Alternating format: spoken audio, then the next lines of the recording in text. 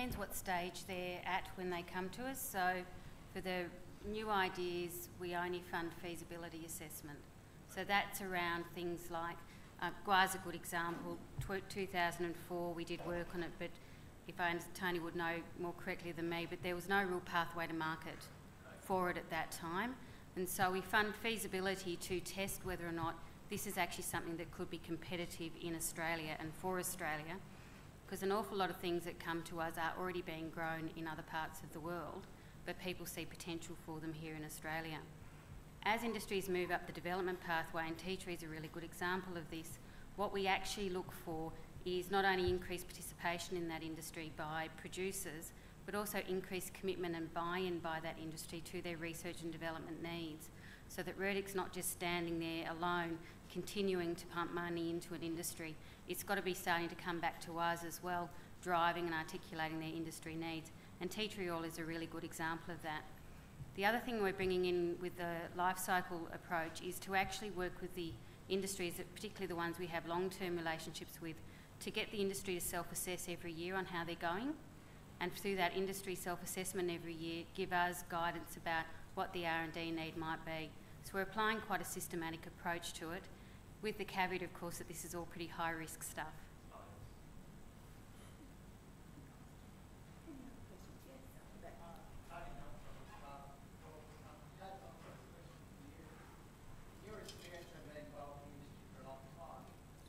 Your experience having been involved with the industry for a long time, how would you rate getting the marketing side compared with the actual growing, the agronomic? Because I think a lot of new growers come out with great ideas about the growing side, but maybe aren't considering the marketing side. They think that that'll take care of itself. I just wonder if you had some comments about that.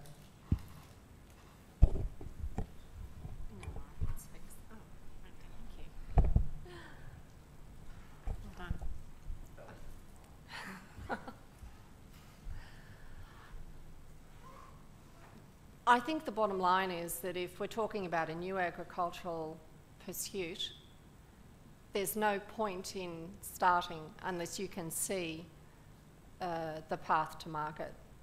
I listened with great interest to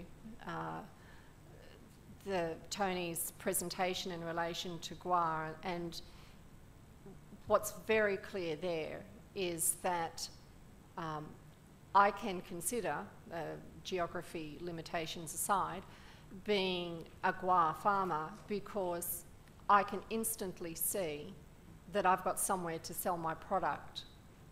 And so all I have to work on in my business is being a good farmer and doing the things that I need to do and to make sure that I've got the right product that's going to make that pathway to market. For tea tree, the path to market has at once been too easy and too hard. So it's really, really easy for people to throw a little bit of tea tree into a shampoo or a face washer or whatever, say something that sounds all warm and fuzzy about it, about how it's going to help you and fix this, and studies have shown.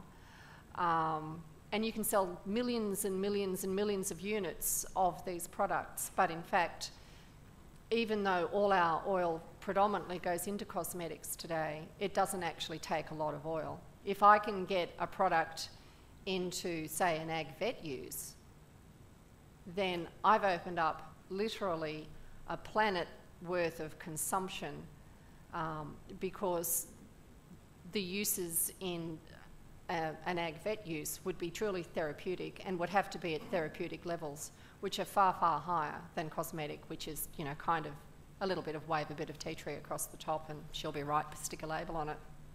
So the path to market is critical, in my opinion. Do you want to take it back then?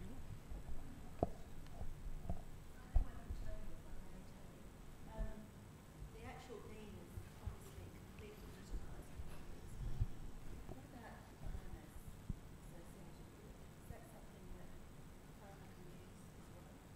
Like feed, animal feed, or? Yeah, well, originally, before some of the features of the gum had been realised, in India it was grown as a green bean and put into curries and fed to cattle.